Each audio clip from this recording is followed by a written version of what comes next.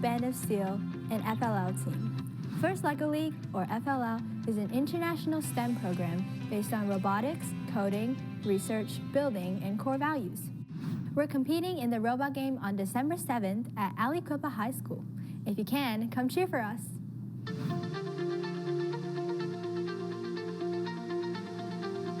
A big part about FLL is the research project. This year's topic is Submerged, which is all about the oceans. By show of hands, how many of you have been to the ocean? Today, we'll be diving into the reasons why the ocean is so important, and we'll be going deep into the challenges it's facing. Don't worry, we won't make you seasick with facts. Our goal is to inspire all of you to get involved with protecting, supporting, and conserving the oceans.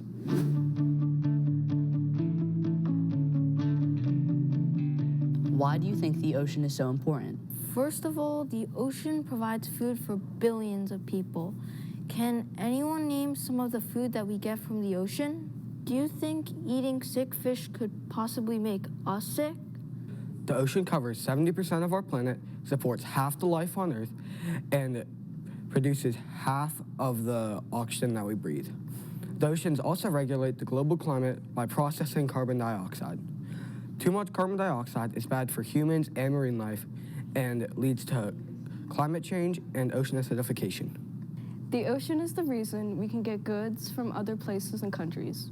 What types of things does the ocean allow us to access even though they are far away? Exactly. We couldn't get any of those things if we didn't have the ocean as a transportation superhighway. Do you guys like to go to the beach? I like to go to the beach too. The beach, we can have fun with our friends and family. The beach is just fun overall. Do you think humans are taking good care of the oceans? Not really. The ocean is critical for our health and survival.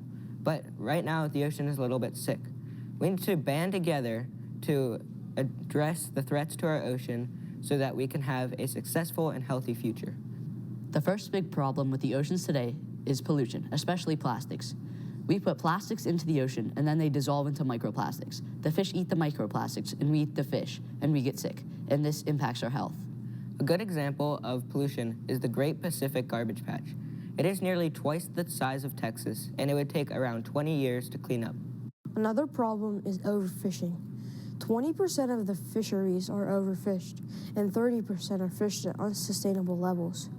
Whose job is it to police the oceans? Scientists? Governments? Which government?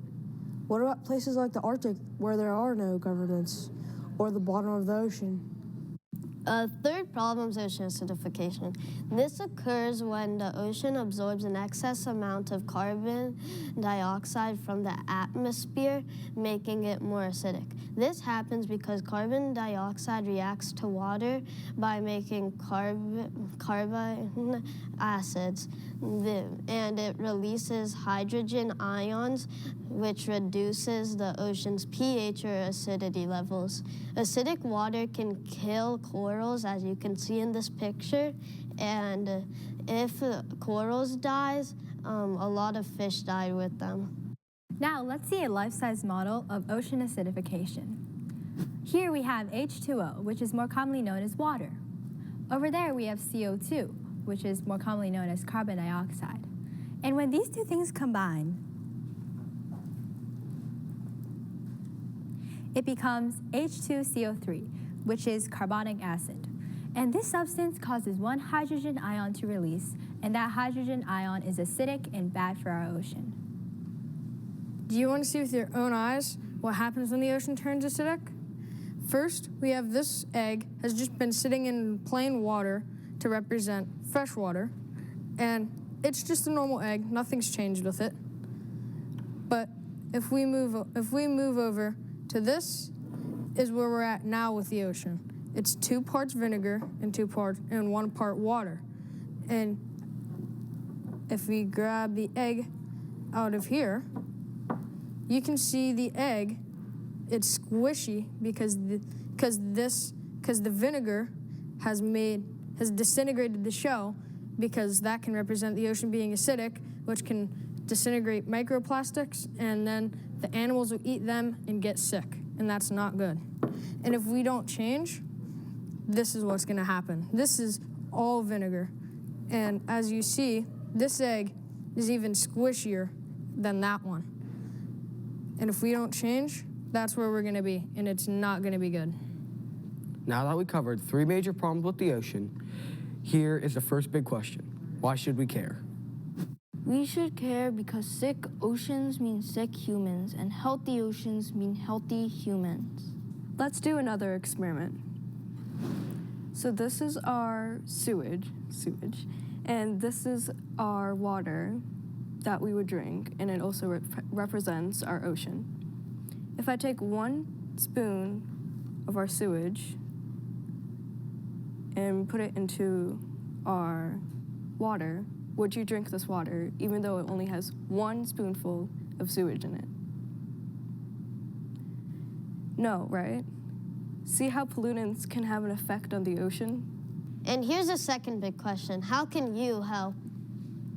We can reduce our carbon footprint when using less water while showering, recycling, or when helping to clean up beaches. One way to remember to keep the oceans healthy is by using the 8 R's. First, rethink your decisions. We could do this by making decisions on how we could reuse and reduce the things we use on a daily basis. Next is refuse single-use items.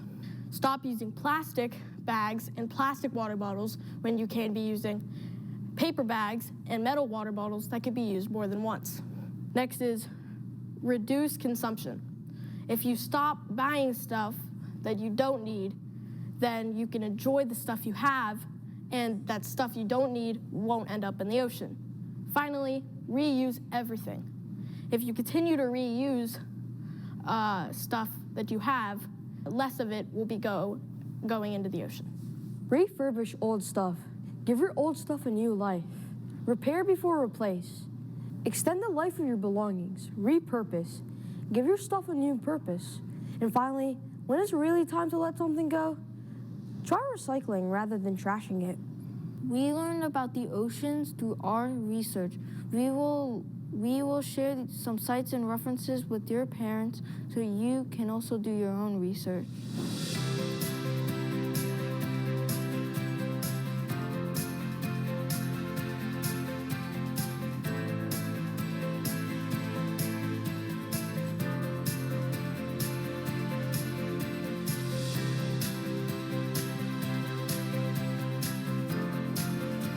If you have any questions or would like to continue the conversation, you can email us at bandofsteel@mystemacademy.com. Thank you!